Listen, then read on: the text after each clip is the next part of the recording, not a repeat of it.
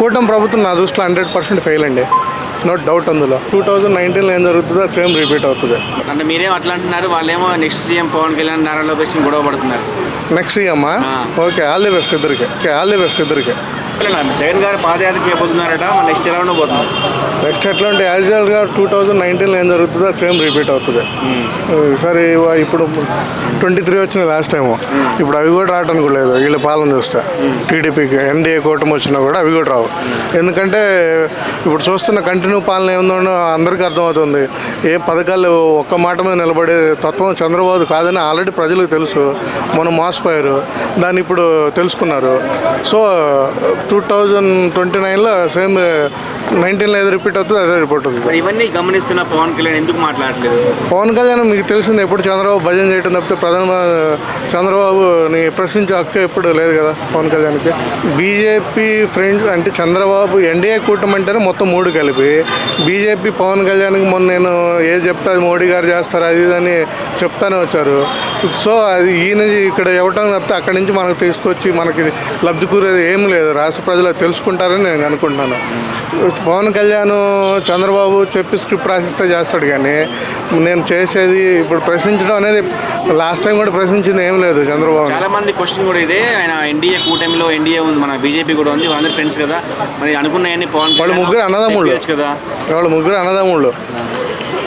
తెప్పించుకోవచ్చు తెచ్చుకోవడానికంటే ఇక్కడ మనకు చెప్పేది వేరు, అక్కడ జరిగేది వేరు కదా.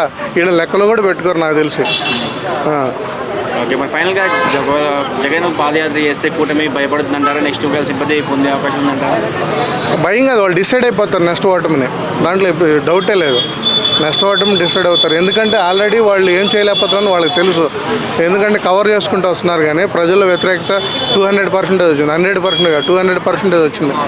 వాళ్ళు ఏం చేయలేని పరిస్థితిలో ఉన్నారు ఇప్పుడు. అంటే మీరేమో అట్లా అంటున్నారు, వాళ్ళేమో నెక్స్ట్ సీఎం పవన్ కళ్యాణ్ నారా లోకేష్ గొడవ పడుతున్నారు. నెక్స్ట్ సీఎమ్మా ఓకే, ఆల్ ది బెస్ట్ ఇద్దరికి. వాళ్ళు ఇచ్చిన హామీల్లో ఏ ఒక్కటి చేశారని నేను వాళ్ళంతా వాళ్ళు చెప్పమని ఒక్కటి చెప్పే పరిస్థితి ఉందా? ఏమీ లేదు. ఇసుక మాఫియా అన్నారు, ఏమి ఇసుక మాఫియా? టన్నింతని వాళ్ళే పెట్టారు. మరి ఫ్రీ ఇసుక ఎక్కడి నుంచి వస్తుంది? వాళ్ళే అమ్ముకుంటున్నారు, వాళ్ళే తెచ్చుకుంటున్నారు, వాళ్ళే మనుషులను పెట్టుకున్నారు. ఎక్కడ ఫ్రీ ఇసుక వస్తుంది? టన్నుకి ఇంతని వాళ్ళే చెప్తున్నారు. ఇంకా అది ఫ్రీ ఎట్లా అవుతుంది? ఒక్క పథకం అమలు చేశాను వాళ్ళు చెప్పమని చెప్పండి. బడ్జెట్ లేదు, మాకు కొంచెం టైం కావాలని చెప్పేసి. బడ్జెట్ లేదని ముందు తెలీదా మీకు? హామీలు ఇచ్చేటప్పుడు జగన్ గారికి బడ్జెట్ ఉందా? 2 years కరోనా వచ్చింది, కోవిడ్ టైంలో. కోవిడ్కి ఇంకా ఖర్చు అయింది కదా జగన్ గారికి. ప్రపంచ దేశాల్లో ఎవరు చేయండి కూడా జగన్ గారు చేశారు కదా. అప్పుడే స్పెషల్ బడ్జెట్లు ఏమైనా వేశారా జగన్ గారికి? అంత బడ్జెట్లో అంత చేసిన ఎందుకు ఓడిపోయారంటారు? మరి చెప్పట్లేదా? మోసపోయారు ప్రజలు, మోసం చేశారు జగన్ని. ప్రజలు మోసపోయి జగన్ మోసం చేశారు. అర్థం అవుతుంది, ఏం చేయలేని పరిస్థితి జనానికి కూడా, ప్రజలకు కూడా ఏం చేయలేదు. మొన్న తిరుపతి డిప్యూటీ మేయర్ ఎలక్షన్లో కూడా వైసీపీ కార్పొరేటర్ని జరిగింది. జగన్ గారు ఏం చేసే పరిస్థితి అంటే పవన్ కళ్యాణ్కి మొత్తం తెలీదా? ప్రశ్నించాడా?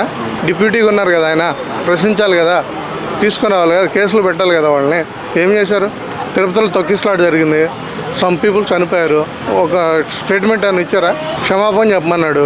ఆయన చెప్పాను, నేను చెప్పను అన్నాడు. నారా లోకేష్ ఏమన్నాడు అండి? వాళ్ళ వ్యక్తిత్వం అన్నాడు. వాళ్ళు మీరు అందరూ ఒకటి కాదా? నువ్వు ప్రశ్నించావా? ప్రశ్నించలేదు కదా వాళ్ళు కూడా. సో ఫైనల్గా కూటమి ప్రభుత్వం గురించి ఏం చెప్తారు? నెక్స్ట్ జగన్ ఎలా రాబోతున్నారు? కూటమి ప్రభుత్వం నా దృష్టిలో 100% ఫెయిల్ అండి. నో డౌట్ అందులో. జగన్ గారిని మిస్ చేసుకున్నాం మనందరం, కానీ ఈ తప్పు మళ్ళీ రిపీట్ చేయరని నేను అనుకుంటున్నాను. సో జగన్ గారు మైనస్ ఏంటి లాస్ట్ ప్రభుత్వంలో? ప్రజలు మోసం చేయడమే మైనస్, ఇంకంతకన్నా ఏం కాలేదు.